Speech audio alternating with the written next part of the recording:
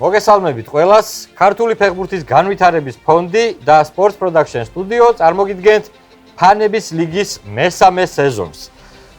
როგორც იცით, ფანების ლიგა გახლავთ საფეხბურთო ინტელექტუალური გადაცემა, სადაც მონაწილეობენ საქართველოს ეროვნულ ჩემპიონატში მონაწილე კლუბების გულშემატკივრები, ასევე მოყვარულთა ლიგა და 7-7-ზე ფეხბურთის ასოციაცია. წლევანდელი სეზონიც, ისევე როგორც წინა ორი სეზონი, დარწმუნებული ვარ, იქნება ძალიან საინტერესო და წლევანდელ გამარჯვებულსაც, ამ სეზონის გამარჯვებულსაც ელის ძალიან კარგი პრიზი. საქართველოს ეროვნული ნაკრების გასვლით შეხვედრაზე დასწრება 2026 წელს. და დღევანდელი მერვედფინალის მონაწილე გუნდები მინდა წარმოგიდგინოთ, ესენი გახავთ მოყვარულთა ლიგა და სპაერი.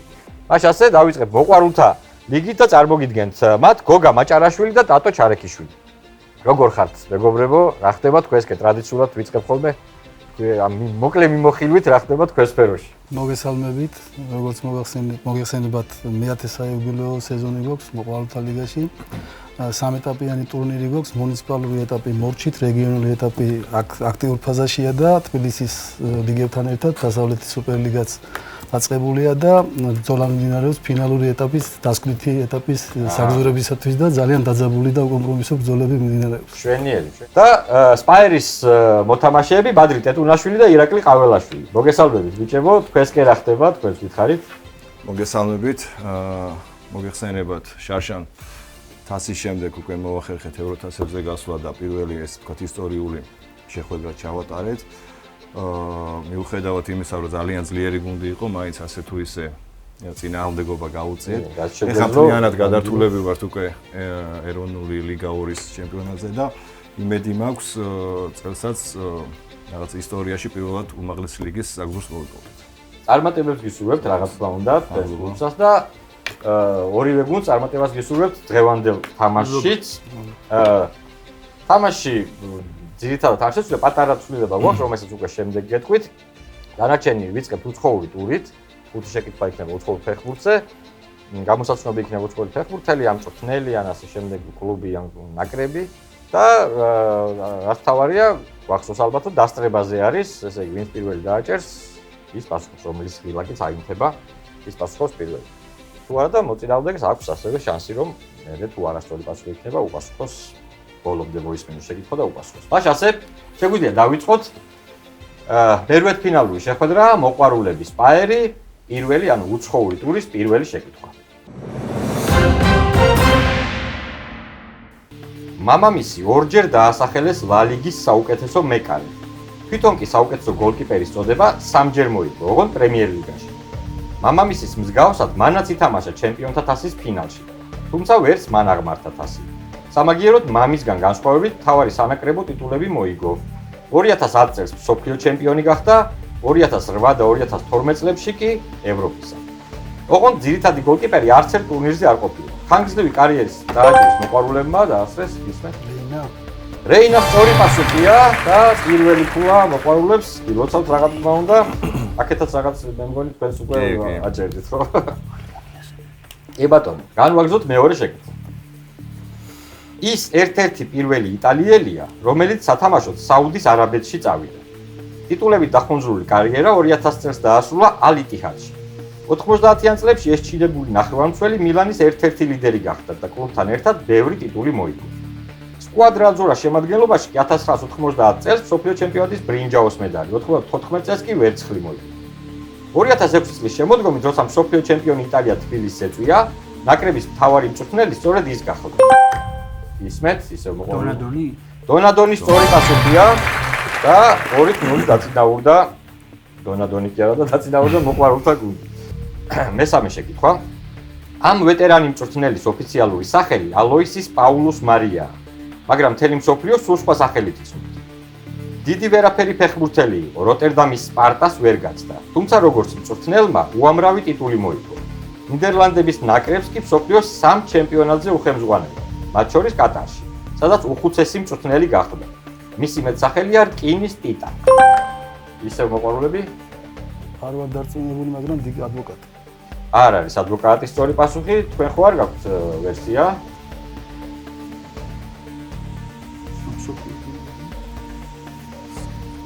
არ არის. არა. მაინც ვინმე რო გეთქვათ არ იქნება ცუდი. ლუის ვან გაალი იყო სწორი პასუხი. ვან გაალი. შემდეგი შეკითხვა, ანუ ვან გაალის დარჩა უსვლელი 2-0 და შემდეგი შეკითხვა. 1897 წელს, როცა დაარსდა, მას საფეხბურთო კლუბი გერმანია ეწოდა. დღევანდელი სახელი კი 106 წლის წინ, 1919 წელს მიენიჭა.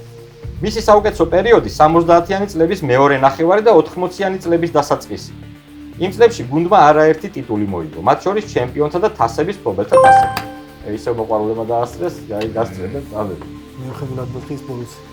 არა, ბორუსია არ არის სწორი პასუხი. არა, არ არის გუნდი. გავაგზავნებ მაშინ შეკითხვას, აი ცოტაც რომ მოგესმიათ, მე მგონი მივიდოდით.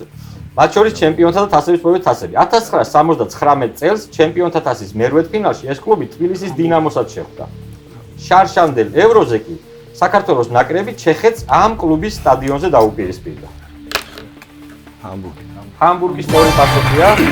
აი ცოტა იჩქარეთ უკვე დინამოზე უკვე შეიძლებოდა, ვიხოთ რა? არა 79-ზე უკვე შეიძლება. ხო, 2-1 ანგარიში და უცხოური ტურის ბოლო მეხუთე შეკითხვა.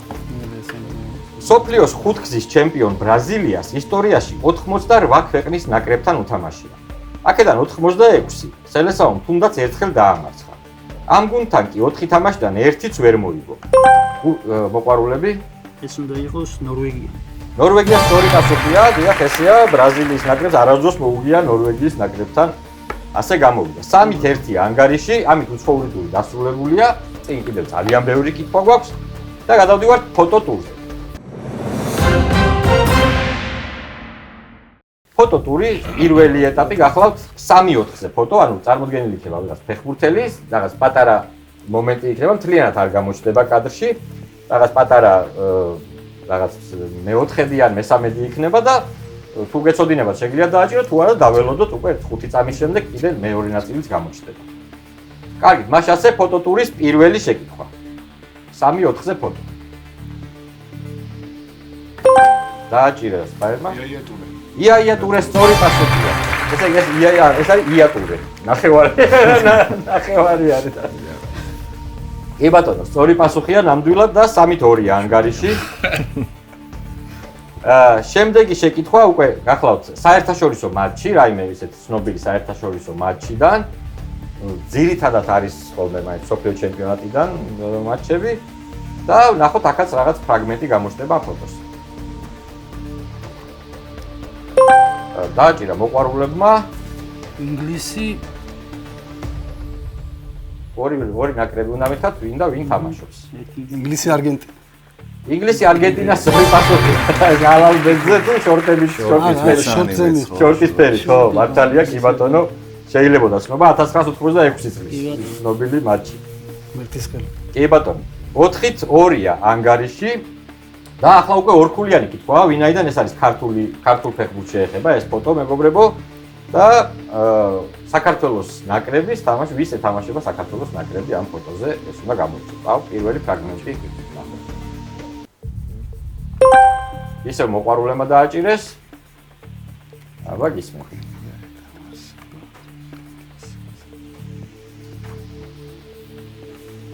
აბა ვერა? ზელანდია, ახალი ზელანდია. არ არის. სწორი პასუხი, თქვენ გაქვთ დრო და შეგვიძლიათ. აიხსნება ხო? კი, შეგვიძლიათ ნახოთ მეორე ფრაგმენტიც. აბა გისმენთ. თუ გაქვთ პასუხი, ვიც არის მეორე ნაკრები? შენ, ცანი? ვერა. ესე იგი,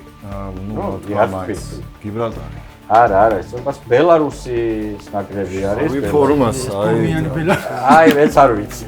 შავი ფორმას არ მახსოვდა, მაგრამ აი იმით რა ქვია, ახლა თავის დროშაზე რო აქვს ის უზორი, იმით შეიძლებოდა. ხო, მართალია ცნობა. ზელანდიას ეთამაშებდა მე შავი ფორმას. ხო, თან ადიდას. 4-2 ანგარიში ფოტო ტურის შემდეგ მოყვარულების სასარგებლოდ და გადავდივართ ქართულ ტურზე. ქართულ ტურში შეგახსენებთ ყველა კითხვა არის ორქულიანი. ყველა სწორი პასუხი ორქულად ჩაითვლება. მაშ ასე ქართული ტურის პირველი შეკითხვა. ეს ტექნიკური შემტევი ნახევარმცველი ოზურგეთში დაიბადა 1993 წლის 29 იანვარს. კარიერა კი თბილისის საბურთალოში დაიწყო 2010 წელს. სპაერმა დაასწრო ყაზაიშვილი. ყაზაიშვილის სწორი პასუხია. იცოდი ოზურგეთელი იყო, მართლა? გურული რა იყო ოზურგეთელი. ო, მე არ ვაცხოვ, არ ვიცოდი. თან 93-დიანი და ეს. აჰა, კი ბატონო, 4-4 ანგარიში გაათანაბრა სპაერმა და შემდეგი შეკითხვა.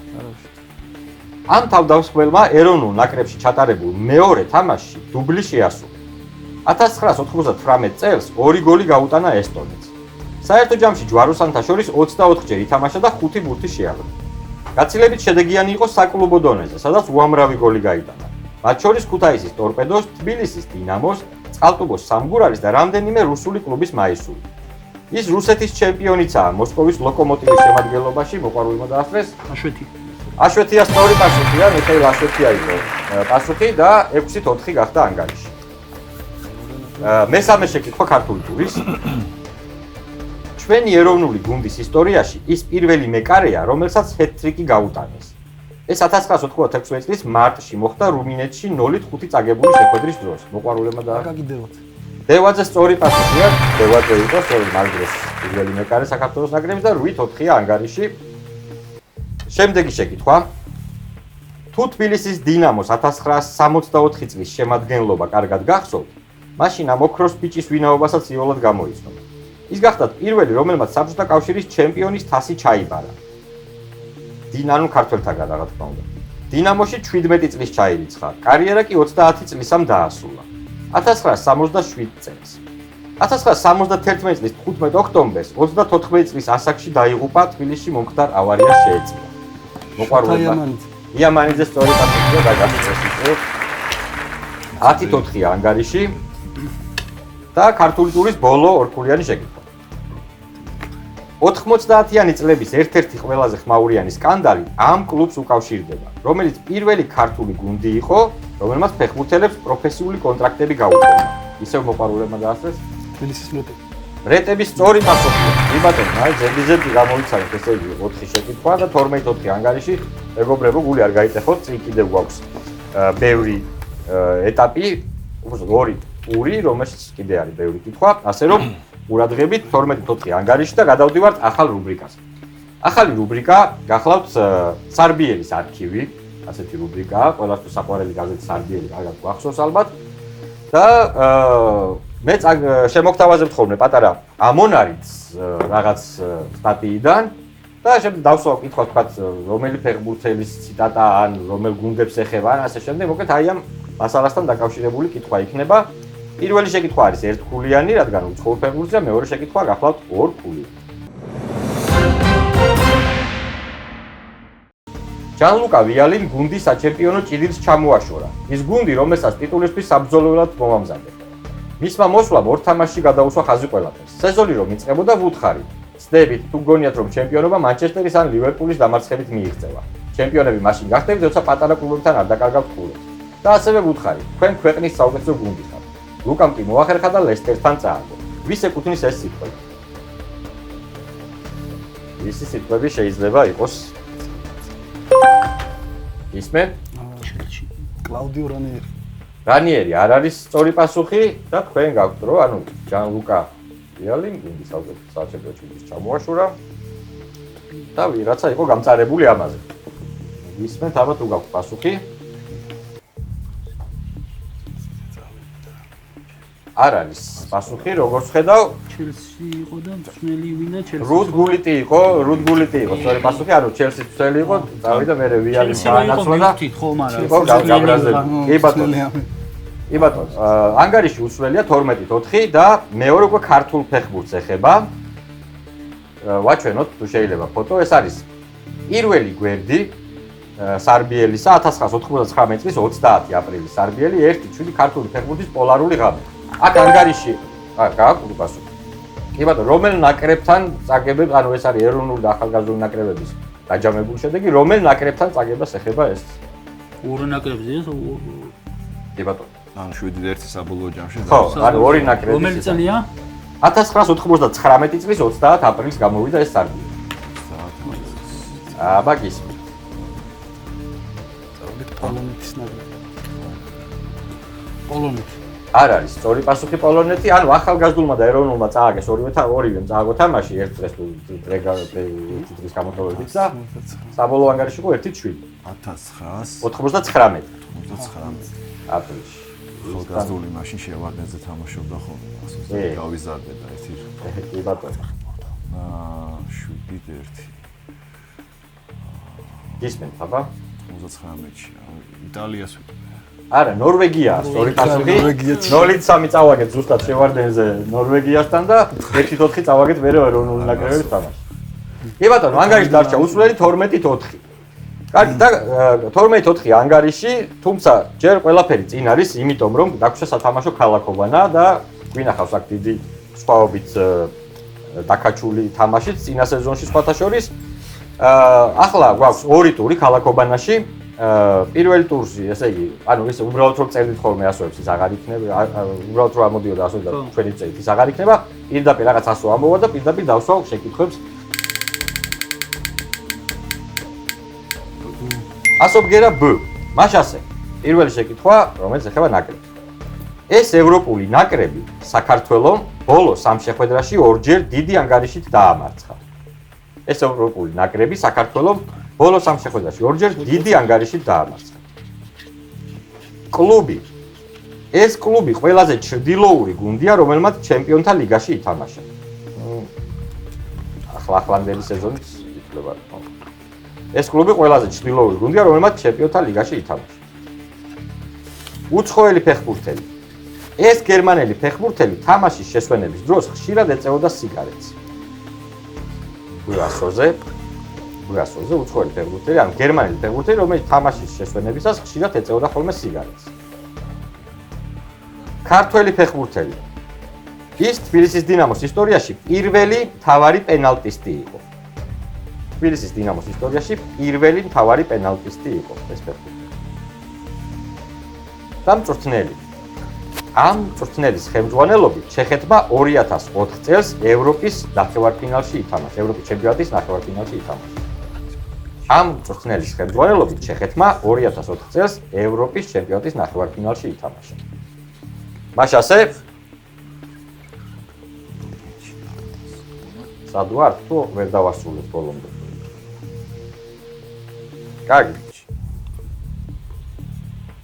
შეგვიძლია წავიკითხოთ უკვე თუ არ გვაქვს პასუხები. წავიკითხოთ.